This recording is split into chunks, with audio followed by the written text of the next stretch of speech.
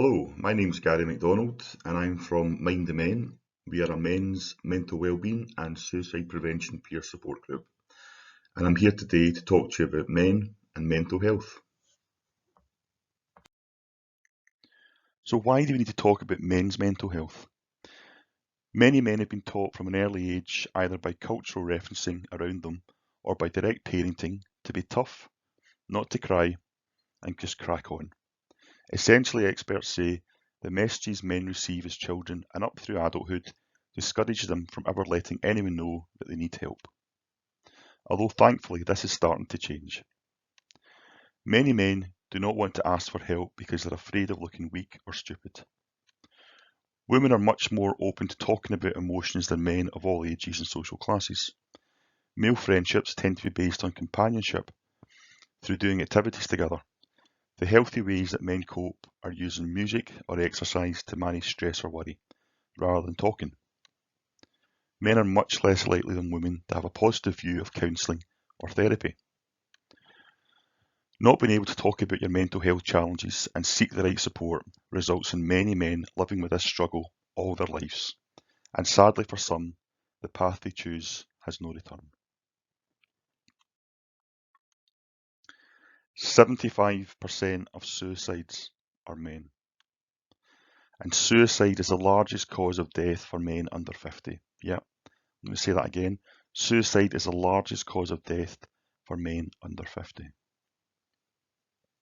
Death by suicide can be described as a problem of men. Suicide incidence is higher amongst men than women across the Western world. The male to female ratio for completed suicide has increased over time in the UK. Rates of suicide amongst women have steadily decreased over the last 50 years, while suicide rates amongst men overall are a comparable level to the 1960s. Key facts from the 2018 report of suicides that were registered is that there were 6,859 suicides in the UK and Republic of Ireland.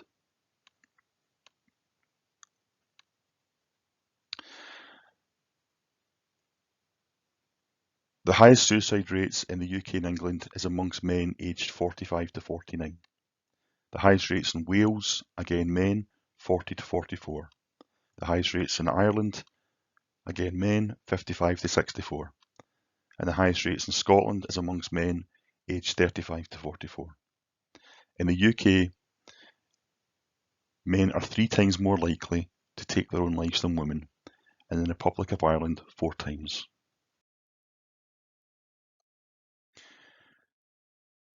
Mental health, stigma, and male stereotypes stops men seeking support. A big factor in the issue is the damaging stigma around mental health problems. 1 in 4 people experience a mental health problem each year, yet the stigma around them is greater than the physical illness. This stigma tends to affect men disproportionately, and societal expectations and traditional gender roles are thought to play a big part in this. The concept of manliness as being strong and in control can mean it is seen as a weakness to ask for help.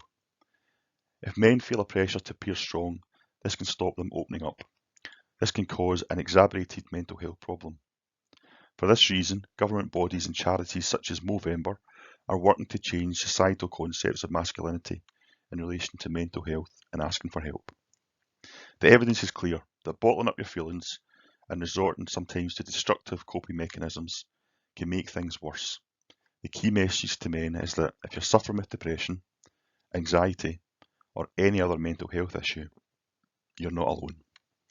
There are many options to help you deal with your issues, and the sooner you seek help, the better. Men often see themselves as being the breadwinner, being strong, in control, a lad, a player, that the men don't cry, and it's certainly men don't share their feelings. These are all stigmatising effects that stop men getting help.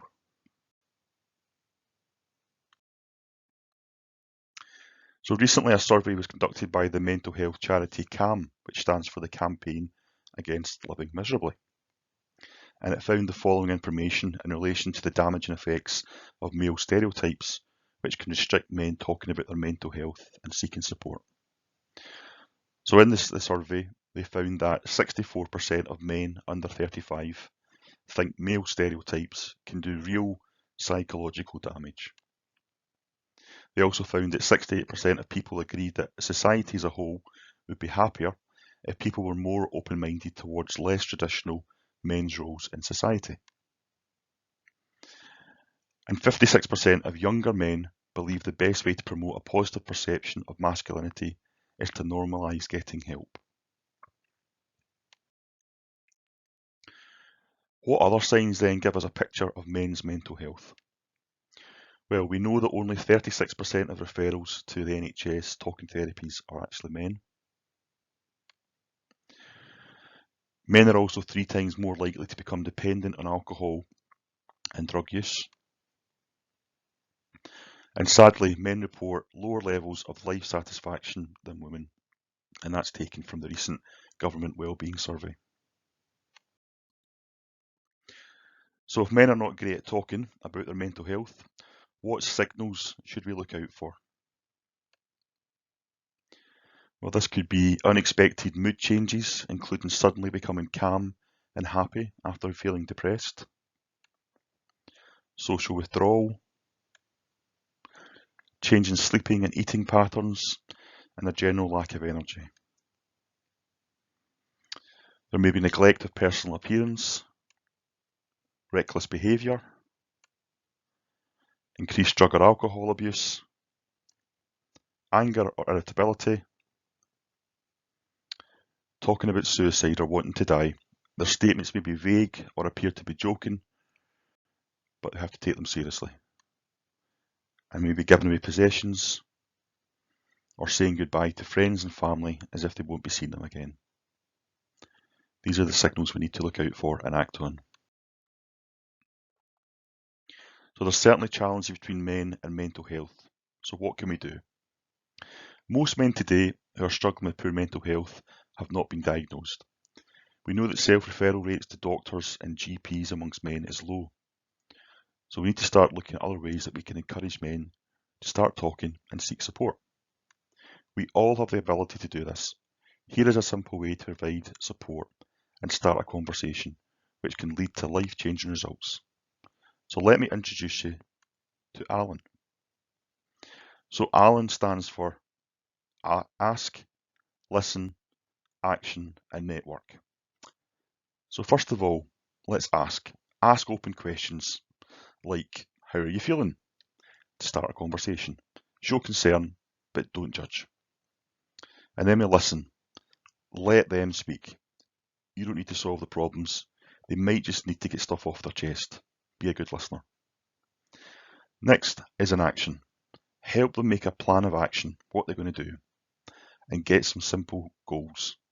Let them know what help is out there. That might be starting to go to the doctors. Arrange your next meetup. And then have a network. Build a network of support together with other friends and family.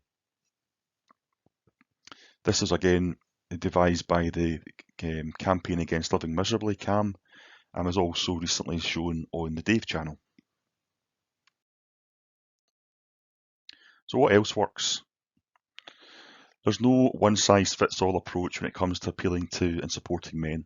In fact, many of the men are not drawn to stereotypically male activities, and their interests are informed by their own life experiences.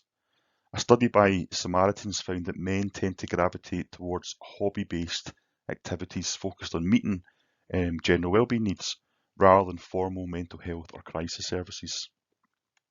So what did these men tell Samaritans they wanted from wellbeing initiatives? Well, what they said was they wanted these initiatives to use activities to facilitate conversation, be welcoming and accessible, communicate clearly, foster meaningful relationships over time, and foster a sense of achievement. Peer support groups provide a less formal route to support that helps engage with men and encourage the sharing of lived experience, allowing men to talk openly amongst other men facing similar challenges, resulting in men realising that A, they're not alone in how they feel, and B, it's not weak to speak.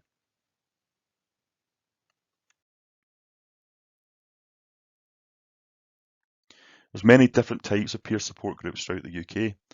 Some have a core theme such as walking, fishing, DIY, or football, while other groups are specifically aimed at providing safe spaces where men can talk about their challenges. So what happens at a peer support talking group? I started a men's peer support group in 2018 after the loss of a family member to suicide. We're called MindtheMen and are based in Glasgow, and we have up to 40 men attending our meetings at 3 clubs every week. I'd like to share with you what happens when you enter into the door of a men's mental wellbeing, suicide and prevention support group. At MindtheMen, we stick to a simple structure of how our meetings are delivered each week, which is a proven very successful and is engaging men and enable them to speak about their challenges, sometimes for the first time. We sit in a circle, similar to many talking groups throughout the world. Everyone can see everyone else and everyone is equal in the circle. We start off by welcoming everyone and explaining that the group facilitator will ask 6 questions throughout the night, and each man in the group will be able to respond individually. Now we pass a rugby ball around the group. It's called our talking ball. When you have the ball, you talk, if you choose to, and when you don't have the ball, you listen. We learn from others by listening. We don't talk about 4 things at MindtheMen: football, religion, politics and medication. Reason being is we're not medical experts, so we can't advise on medication. Now the 6 questions we ask one at a time around the circle are: number 1, can you share your name and 1 word of how you're feeling right now? Number 2, tell us how your week has been. Number 3, tell us a highlight or a positive from the last week. Number 4, is there anything you want to get off your chest? Number 5, now this question changes every week, but it's always a positive and uplifting question. And then number 6, tell us how you're feeling now at the end of the meeting. After question 4, we stop for a tea break, which is really important as it allows the men to talk together, connect and build relationships. It's a very simple yet structured format which is widely used and provides some very positive results. The most important result being that men feel comfortable talking about their mental health and they learn how to cope and seek additional support. Out with our Monday night meetings, we organise various other activities. These have included football tournaments, art classes, hill walking, CBT, golf, yoga, first aid, tennis and cycling. Over time, the men who came through the door looking lost in their thoughts are able to talk openly and realise the tools and skills they need to navigate life, simply by being able to talk, being able to listen to others, and being able to provide peer support.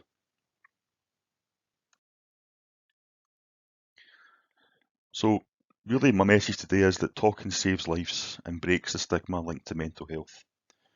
We can all play a part encouraging men to talk and seek support. So maybe why don't you start by doing some research in your local area, find out what support groups are available and share. You may even want to start a group yourself. But if you remember one thing from today, remember our friend Alan. Ask, listen, action and network. It could save a life.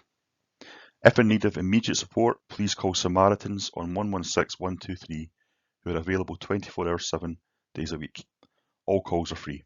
Or in an emergency, call 999. Thank you for listening. Keep talking.